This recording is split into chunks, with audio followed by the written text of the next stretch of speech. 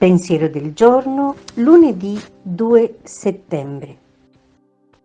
Amore concreto.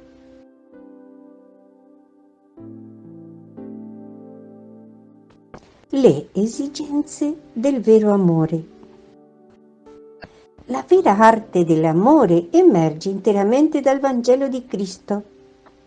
Ecco perché metterla in pratica è il primo, indispensabile passo da compiere per scatenare quella rivoluzione pacifica, ma così incisiva e radicale che cambia tutto.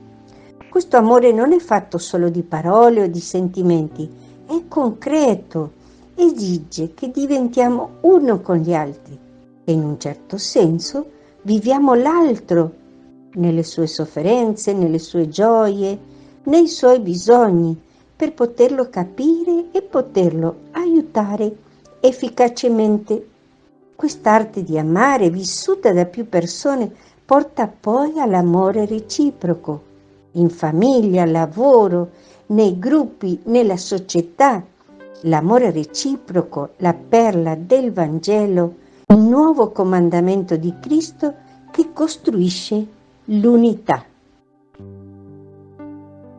Chiara Lubick, L'arte di amare, Città Nuova, pagina 23-25.